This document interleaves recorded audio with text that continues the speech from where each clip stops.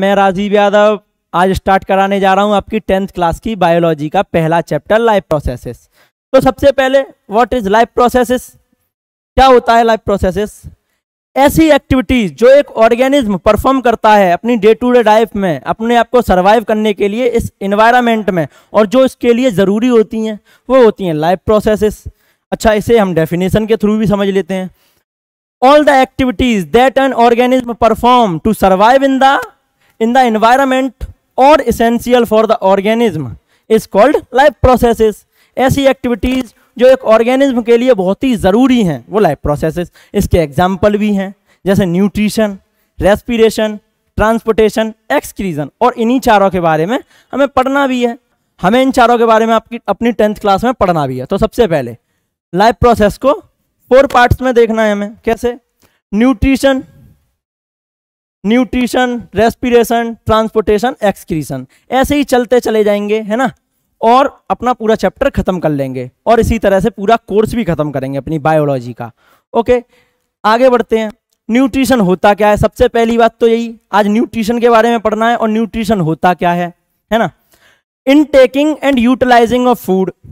Intake करना food को, मतलब इनटेक माने इंजेशन, उठा के मुंह में लेके उसे खाना स्टार्ट करना, वो कहते हैं, उसे कहते हैं इनटेकिंग, मतलब इंजेशन।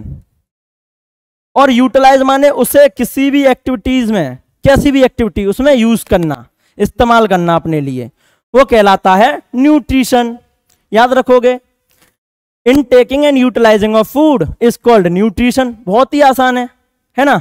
अच्छा, बहुत सारे मेरे भाई कंफ्यूज रहते हैं कि न्यूट्रिशन और न्यूट्रिएंट्स क्या एक ही शब्द है? नहीं, ये 2 डिफरेंट वर्ड हैं और इनका मीनिंग भी अलग अलग है। कैसे? जो न्यूट्रिशन होता है वो एक लाइफ प्रोसेस है, और न्यूट्रिएंट्स जो होते हैं वो कंपोनेंट है किसके? फूड के, है ना। तो न्यूट्रिएंट्स में क्या क्या होता है? प्रोटीन होता है, कार्बोहाइड्रेट होता है, फैट होता है, विटामिन होता है।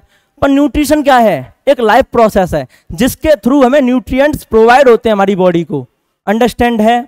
ओके, तो इन दोनों टर्म्स में अब कोई डिफरेंस पूछेगा बता दोगे? हाँ जी, बता देंगे। ओके, आगे बढ़ते हैं। तो इस चैप्टर में हमें न्यूट्रिशन के बारे में पढ़ना है यहाँ पे इस वाले लेक्चर में। तो सबसे पहले न्यूट्रिशन 2 पार्ट्स में डिवाइडेड है। कौन कौन से? ऑटोट्रॉफिक न्यूट्रिशन और हेट्रोट्रॉफिक न्यूट्रिशन, है ना। ऑटोट्रॉफिक न्यूट्रिशन माने, ऑटो माने सेल्फ,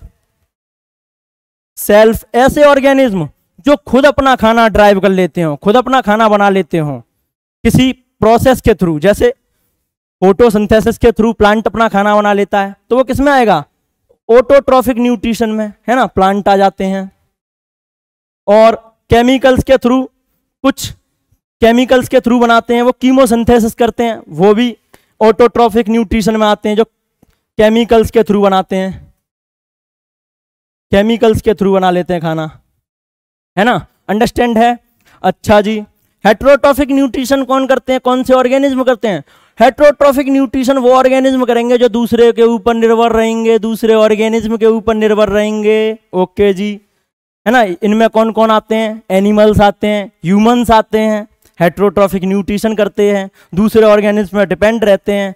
और भी कुछ प्लांट भी आते हैं, जैसे मशरूम आता है आपका, कस्क्यूटा आता है आपका, है ना। तो ये याद रखना है हमें। अच्छा जी, जो ऑटोट्रॉफिक न्यूट्रिशन है उसे 2 पार्ट्स में डिवाइड किया गया है और हेट्रोट्रॉफिक को 3 पार्ट्स में डिवाइड किया गया है।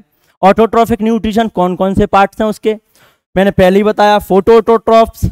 जो फोटोऑटोट्रॉफ्स माने जो लाइट की मदद से, with the help of light की मदद से अपना खाना बनाते हो, है ना, वो क्या करते हैं? फोटोऑटोट्रॉफिक न्यूट्रिशन करते हैं, फोटोसिंथेसिस करते हैं।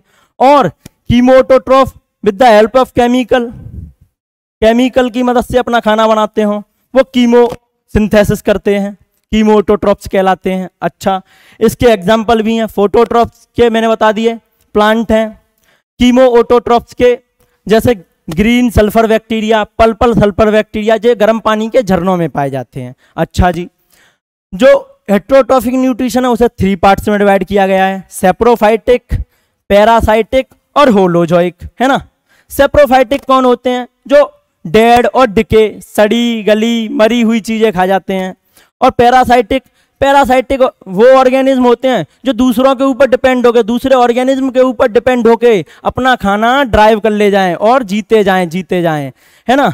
और होलोजोइक कौन होते हैं, जो दूसरों के ऊपर निर्भर हैं पर अपना खाना का जो एब्जॉर्प्शन है उसे अंदर करते हैं, है ना, अपनी बॉडी के अंदर एब्जॉर्ब करते हैं उस खाने को। अच्छा जी, हम समझ गए हैं।